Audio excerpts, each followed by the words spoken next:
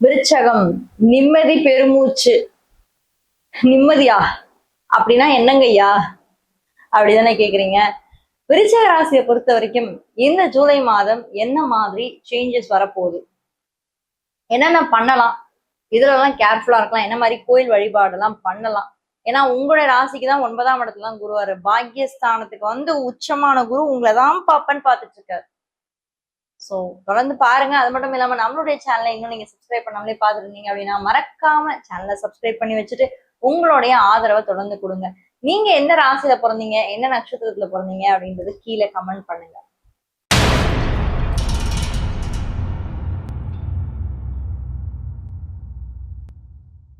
இந்த விருச்சக ராசியை பொறுத்த வரைக்கும் உங்களுடைய ராசிக்கு 9ஆம் இடம் சொல்லக்கூடிய பாக்கியஸ்தானத்துல குரு பகவான் இருக்கிறது ரொம்பவே பாசிட்டிவான ஒரு விஷயம். அது மட்டும் இல்லாம வேலை, அதுக்கப்புறம் உங்களுடைய பிசினஸா இருக்கட்டும், இல்ல சிறு சிறு ஆசைகளா இருக்கட்டும், உங்க எண்ணங்களா இருக்கட்டும், உங்க கோலா இருக்கட்டும், எந்த விஷயத்த நீங்க வந்து பண்ணணும்னு நினைக்கிறீங்க, எந்த விஷயத்த உங்க லைஃப்ல மாத்தணும்னு நினைக்கிறீங்க, எந்த விஷயத்த உங்க லைஃப்ல வந்து ஒரு விஷயத்த கொண்டு வரணும்னு நினைக்கிறீங்க, எல்லாத்துக்குமே இந்த ஒரு பர்டிகுலர் மாதம் உங்களுக்கு வந்து பதில் சொல்லும். நிச்சயமாக இந்த ஒரு பர்டிகுலர் மாதத்துல உங்களோட லைஃப்ல வந்து ஒரு சேஞ்சஸ் கண்டிப்பா வரும். அது மன ரீதியாவே வரும். ஏன்னா குரு உங்களை பாக்குறாரு. உங்க ராசிய 9ஆம் பார்வையின் மூலியமாக உங்க ராசி தொடர்பு கொள்றது அப்படின்றது ரொம்பவே ஒரு கடவுளோட பிளெஸ்ஸிங் சொல்லுவாங்க. இந்த டைம் ஏதோ ஒரு டிவைன் பிளெஸ்ஸிங்ஸ் உங்க மேல வந்து விழுது. ஏதோ ஒரு டிவைனோட அந்த ஒரு கருணையும் கிருபையும் நீண்ட நாள் ஆசைகளும் நடக்கும். இன்னும் ஒரு வருஷத்துக்கு இந்த பார்வையானது உங்களுக்கு இருக்கு.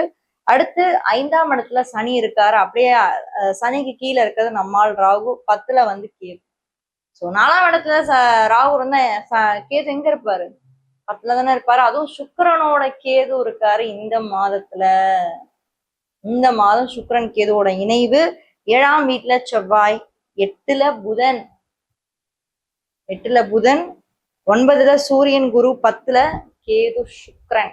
இந்த மாதம் சுக்கிரனோட இணைவுல கேது. நல்ல அமைப்பு இருக்குங்க. விருச்சகம் கவலைப்படாது. விருச்சகத்தை பொறுத்த வரைக்கும் என்ன தெரியுங்களா ஒரு பிரச்சனை? Doubt, insecurity. லைஃப்ல வந்து நிறைய பிரச்சனைகளை ஃபேஸ் பண்றது இது ரெண்டு தான். பயத்தாலையும் அந்த இன்செக்யூரிட்டி தான் அதிகமா இருக்கு. கரியர் ஓகே, ஒன்றும் பிரச்சனை இல்லை. உங்களுக்கு ஏதோ ஒரு பிளெஸிங்ஸ் வந்து தொழில் ரீதியாக ஏதோ ஒரு பிளெஸிங் வருது, அப்படியே ஓட்டிடுறீங்கன்னு வச்சுக்கோங்க இந்த மாதம் ஜூலை. பட் ரிலேஷன்ஷிப்ஸை பொறுத்த வரைக்கும் இந்த விருச்சகத்துக்கு 7ல செவ்வாய், ராசிநாதன் போய் 7ல உட்காந்துருக்காரு. அப்போ டவுட்டு, ஏதோ ஒரு மனசுல ஒரு சங்கடம், மனசுல நிம்மதி இல்லாம போறது, புரிதல் இல்லாம போறது, இன்செக்யூரிட்டி, பயப்படுறது, இதெல்லாம் வரும். பொதுவாகவே உங்களுக்கு அது இருக்கும். ரிலேஷன்ஷிப் மேல உங்களுக்கு அது இருக்கும். என்னதான் பார்ட்னர் உங்ககிட்ட க்ளோஸா இருந்தாலும், எல்லாமே சொன்னாலும், எல்லாமே பண்ணாலும், அவங்க கிட்ட ஏதோ ஒரு விஷயம், ஐயோ ஏதோ ஒரு விஷயம் குறைபாடா இருக்குங்க, ஏதோ ஒரு விஷயம் சரியில்லைங்க, ஏதோ ஒரு விஷயம் நம்ப முடியலங்க, இப்படிதான் தோணும். எனக்கு ஏதோ டவுட்டா இருக்குங்க, சந்தேகமா இருக்குங்க. அதே மாதிரி சந்தேகப்படாதீங்க. ஏன்னா இந்த மாதத்துல உங்க ராசிநாதனே இப்ப 7ல போய் உட்காந்துட்டாரு. குழப்பங்கள் வரும். இந்த மாதம் நிச்சயமாக குழப்பங்கள் வரும். பட் தெளிவா இருந்துக்கோங்கன்னு நான் சொல்றேன். ஆப்போசிட்ல எந்த தப்பும் இல்லைன்னா ஓகே. பட் தேவையில்லாத டவுட்ஸ் மட்டும் கொண்டு வர வேண்டாம். கொண்டு வந்து அது ஒரு பிரச்சனையாயி அப்புறம் அதுல ஒரு சண்டையாயி அதெல்லாம் போறதுக்குலாம் வாய்ப்பு இருக்கு. அதெல்லாம் நம்மளுக்கு வேண்டாம். நம்மளுடைய பார்ட்னருக்கு நம்ம நம்பிக்கை கொடுக்கணும்.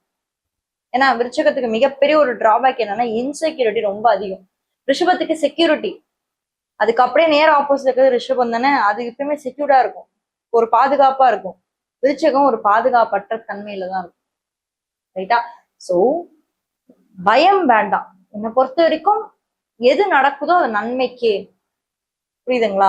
சரண்டர் ஆயிடுங்க. எது நடந்தாலும் நன்மைக்கு அப்படின்னு நினைங்க.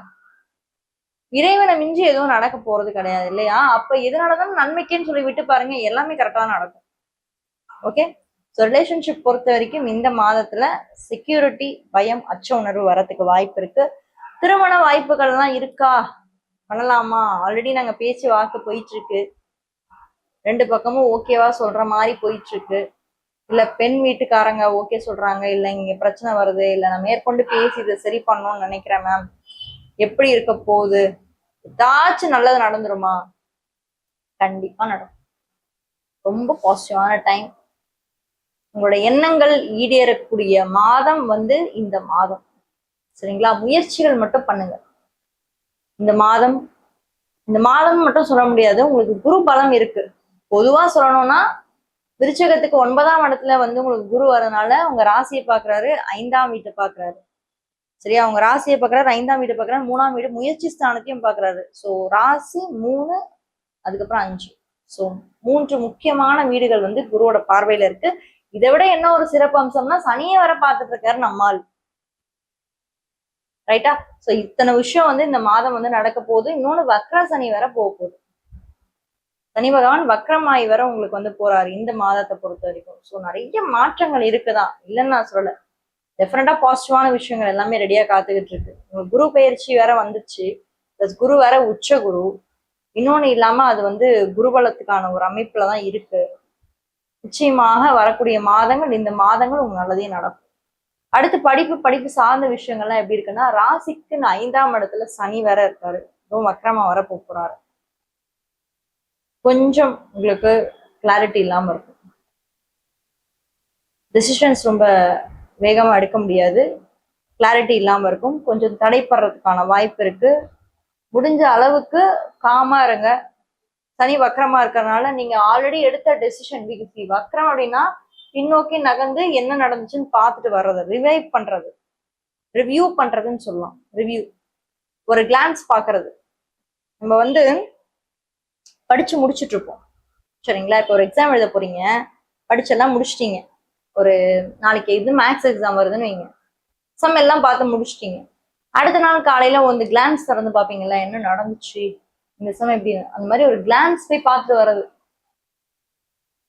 ஸோ நீங்க என்ன முடிவெல்லாம் எடுத்தீங்க, என்ன மாதிரி டெசிஷன் எடுத்தீங்க, ஃபியூச்சரை நோக்கி என்ன பண்ணணும்னு நினைச்சீங்க அப்படின்னு சொல்லி ஒரு கிளான்ஸ் எல்லாம் போய் பார்த்து வருவீங்க. ஓகே, ரொம்ப பாசிட்டிவான ஒரு மாதம் தான், நல்லதே நடக்கும். மனசுல எப்பயுமே தெம்போடையும் தைரியத்தோடையும் இருங்க, குழப்பமே வேண்டாம். எது நடந்தாலும் நன்மைக்கு அப்படின்ற ஒரு கான்ஃபிடன்ஸை மட்டும் உங்க உடம்புல வளர்த்துக்கோங்க, நல்லதே நடக்கும். துளாராசி பத்தி தெரிஞ்சுக்கணும்னா இந்த வீடியோல ஃபர்ஸ்ட் கமெண்ட்ல ஃபர்ஸ்ட் லிங்க்ல கொடுத்துருக்கேன், மறக்காம அதையும் போய் செக் பண்ணுங்க. யாராவது ஒரு ஃப்ரெண்டுக்கு இந்த வீடியோ ஷேர் பண்ணி ஹெல்ப் பண்ணணும்னு நினைச்சீங்கன்னா மறக்காம ஷேர் பண்ணி ஹெல்ப் பண்ணுங்க. தேங்க்யூ.